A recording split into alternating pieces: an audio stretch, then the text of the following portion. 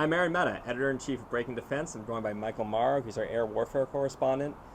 We're here because, well, look, Michael, the leaves are changing, the pumpkin spice must flow, and that can only mean one thing. It's time for AFA. It's time for AFA. Scenic National Harbor will once again be home to the Air and Space Forces Association's annual conference.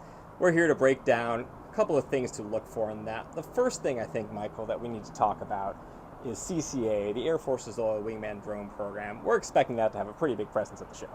Yeah, I mean, it's certainly one of the programs that Air Force leaders are the most excited to talk about, along with industry. There have been a lot of developments, within the past year. So expect, a lot of commentary on that. Not sure how many new things we might learn, but for sure we're going to keep an eye out on that one. And, for more information on that, Breaking Defense is a series right now on CCA that you should check out as well. You should check it out. It's very well done, if I may say so.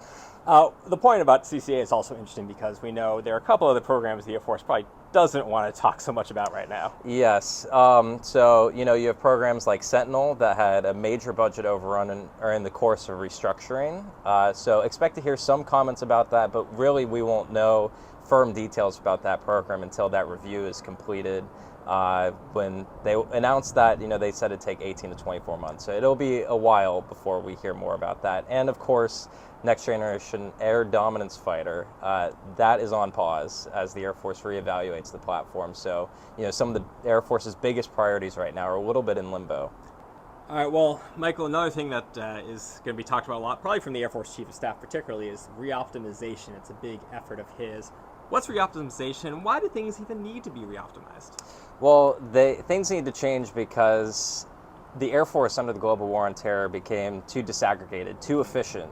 And Air Force officials say they need to change the way that they fight because of the China threat. So that's going to entail a lot of changes that are organizational to cultural. For example, the Air Force wants to stand up a new integrated capabilities commands that will change how requirements are set, new airman development commands that will change how airmen are trained, and eventually change the model for how airmen train and deploy together. All right, so one thing we should probably note is that obviously the election is coming up in 2 months. We don't know who the next president's going to be. The only thing we know is it's not going to be President Joe Biden, which means there's going to be a shift in administration.